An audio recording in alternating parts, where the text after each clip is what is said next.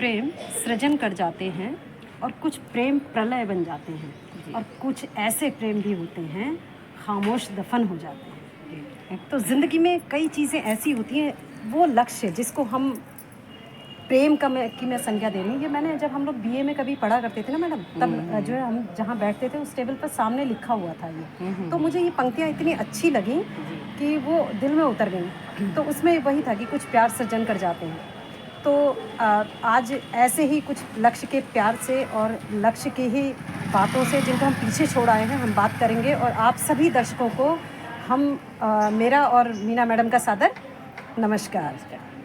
देखिए, आज मैं 2-3 दिन बाद वीडियो बना रही हूँ। थोड़ा सा कुछ तकनीकी खराबी भी हो रही है और कुछ व्यस्तताएं भी हो रही हैं। और मेरी नज़र ऐसे है कि कहाँ से मैं हीरे चुन कर ले आऊँ, कहाँ से हीरा तो आप ही हैं कुछ। मैडम। अरे नहीं मैडम, देखिए आज मुझे मीना जोशी मैडम मिली हैं और मैं इनसे चर्चा परिचर्चा करूंगी थोड़ी देर के लिए।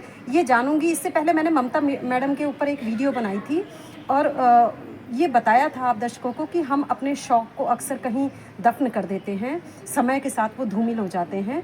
तो इन्होंने भी कुछ ऐसा ही किया। थोड़ा सा धूल लग रही है, मैं उसको हटाना चाहती हूँ उस धूल को, कि आपके जो लेखनी है वो फिर से जागृत हो।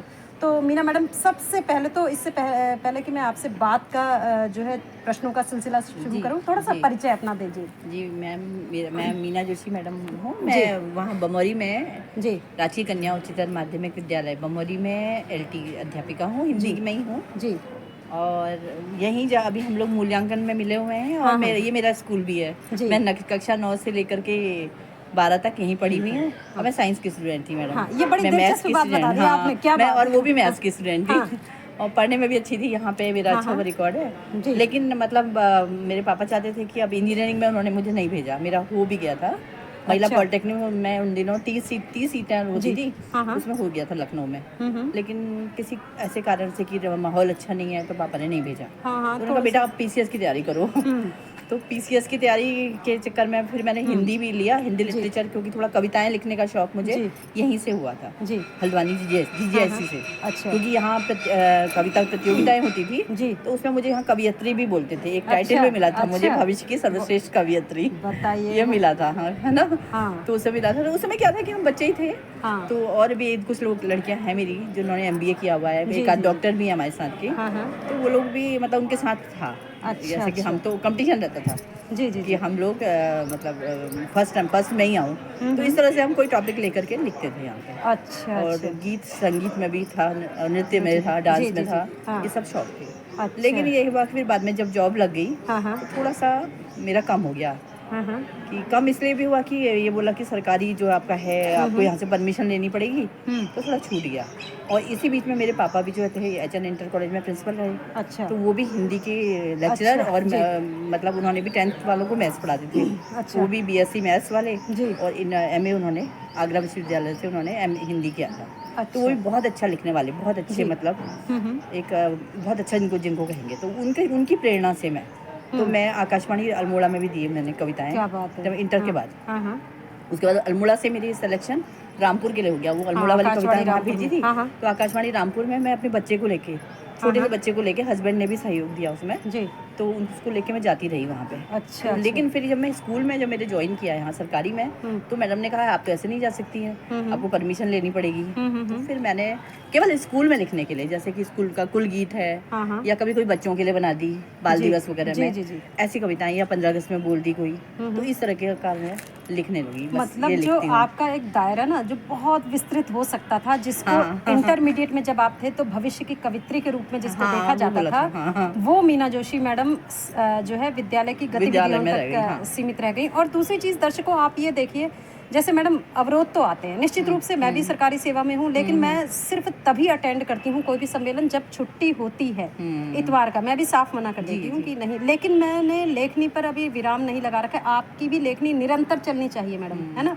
और दूसरी चीज़ एक मैं और बताऊँगी कि ये दर्शकों के जानने और समझने की बात है कि स्ट्रीम मैडम की एकदम से चेंज हुई। कहाँ तो मैथ्स रह गया इंटरमीडिएट में, और कहाँ फिर मैडम अब हिंदी की अध्यापिका के तौर पर कार्यरत हैं। तो देखिए, आपका जो क्षेत्र है ना वो कहीं भी हो सकता है, आप उसमें बेहतर करके आगे बढ़ सकते हैं, है ना। ये मीना जोशी मैडम का नाम मैंने काफ़ी सुना था कांडपाल मैडम भी चर्चा करती थी। तो आप जहाँ हैं उसी में बेहतर करके भी अपना बहुत अच्छा आप प्रयास कर सकते हैं। और लेकिन जी, और एक चीज़ जो आपने बात बताई ना, मुझे कविता की पंक्तियाँ मैंने लिखी थी लड़कियों के ऊपर कि हाँ, कई प्रतिबंध हैं बस लड़कियों के वास्ते, और रास्ते कई बंद हैं बस लड़कियों के वास्ते, और वो कहीं भी जाएं, वो का तात्पर्य है बेटों से, कि वो कहीं भी जाएं, कैसे भी रहें और कुछ भी करें, माएँ फ़िक्रमंद हैं बस लड़कियों के वास्ते। तो लड़कियों के वास्ते ये जो फ़िक्र पैदा होती है, इसकी वजह से जो लड़कियां अपने पंख पूरे खोल नहीं पाती, वो पूरी उड़ान, हालांकि आज परिस्थितियां बदल गई हैं। हाँ, ये तो है ना, आज चीज़ें बहुत बदल गई हैं, परिदृश्य बदल गए, इसलिए वे बेटियां जो मुझे सुन रही हैं वो पूरी कोशिश करें। और जो है एक चीज़ हम और भी देख रहे हैं, थोड़ा सा मूल्यों में गिरावट देख रहे हैं, बेटियां ऐसे लड़कियां ऐसे काम कर रही हैं, तो वहाँ थोड़ा सा हमें संभालना है ना। जैसे कि अभी होली हो रही है ना, होली में केवल डांस चल रहा है। हाँ। जो गीत थे हमारे, जो राधा कृष्ण के जो अच्छे गीत, बिल्कुल साहित्य मतलब शास्त्रीय गीत, जो हमारे हमारे सामने एक परिदृश्य उपस्थित हो जाता था कि मथुरा का और गोकुल के किनारे वो बंसी बजा रहे हैं, या यमुना नदी के किनारे ना, तो वो सब खत्म हो रहा है। तो वो मुझे भी नहीं अच्छा लगता है कि मैं भी मतलब जैसे गीत संगीत को भी मतलब मुझे है शौक है, उसका गाने का भी है, तो लेकिन वो चीज़ मुझे भी नहीं अच्छी लगती, क्योंकि आजकल हमारे पड़ोस में ही देखा मैंने अभी होली में, तो औरतें जो है बस खाली वो खड़ी हो जाती हैं और डांस करती हैं, और बस कि कोई भी ऐसे ही गाने में जो गाना मतलब कि कोई शिक्षा नहीं देता, लगता है ना, अंधानुकरण हो रहा है, मौलिकता कहीं कुछ नहीं बची। हमारे शादी ब्याह में देखिए आप, केवल वो जब महिला संगीत होता है तो लोग डांस का वेट करते हैं, डांस का। और मेरे भी बेटे की शादी हुई अभी, तो मैंने तो अभी मैंने कहा ना, बन्ना बन्नी होंगे तो वैसे ही होंगे, और मुझे फिल्मी गानों पर आधारित पसंद नहीं है, फिल्मी गाने पर आधारित मुझे गीत पसंद भी नहीं है, मतलब फिल्मी धुन पर आधारित होते हैं, जो पुराने हैं मुझे वही पसंद। तो मतलब मैं एक तरह से कह सकती हूँ कि मीना जोशी मैडम संस्कृति के संरक्षण का भी मैं करती हूँ।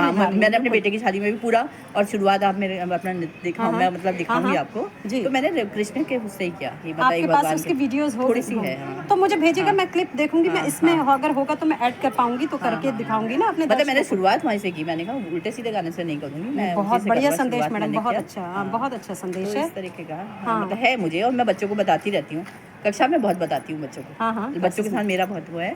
और कुल गीत है हमारे विद्यालय में गाया जाता है, जो मैंने लिखा है, बहुत बढ़िया, अति सुंदर अति पावन है विद्या का ये सदन हमारा, इस तरह का मतलब मैंने लिखा हुआ है। ज्ञान सुधा से आप लावी थी, बहुत सुंदर। ऐसे है ये गाना। तो ये सारे दर्शक इस बात को जान लें, समझ लें, और वे बच्चियाँ कभी भी जो है हमारे जीवन का पथ जो है, जिस लक्ष्य को हम लेकर के चल रहे हैं, जो हम सोच के चल रहे हैं, ज़रूरी नहीं है कि हम उसी रास्ते पर, जैसे मैडम ने कहा वो इंजीनियरिंग के फील्ड या उस समय सिलेक्शन भी हो गया था, उसके बावजूद फिर वो उस रास्ते पर नहीं, लेकिन आज जहाँ हैं वहाँ उनकी एक प्रभावशाली भूमिका है। तो आप और हम जहाँ हैं पूर्ण मनोयोग से उसमें लग जाएं, जो है उसको स्वीकार कर, उसको स्वीकार कर, है ना। और दूसरा, हमें अंधानुकरण नहीं करना है ना। और एक चीज़ मैं ये चाहूँगी कि आपकी लेखनी चलती रहे। देखिए, क्योंकि जो रचनाकार होता है ना, वो जो है व्यक्ति के से हटकर समष्टि के लिए काम करता है। क्योंकि मुझे ध्यान है ना मैडम, मैंने गज़ल पे जब रिसर्च करी थी, तो एक उस समय एक बुक है मेरे पास जिसका शीर्षक है जब्त शुदा नज़्में। तो जिस समय देश की आज़ादी के लिए आंदोलन जब चल रहा था, तो रचनाकारों ने ऐसी रचनाएं लिखी कि जिनको सुन करके क्रांतिकारियों में नया उबाल, नया जोश आ जाता था, और वो नए सिरे से ताकत बढ़ जाती थी। तो उनसे डर गए अंग्रेज जी, और उन्होंने ऐसी नज़मों पर पाबंदियां लगा दी जो कि स्वतंत्रता के बाद पब्लिश हुआ। तो इतना जो है शक्तिशाली प्रभाव जो है साहित्य का पड़ता है ना।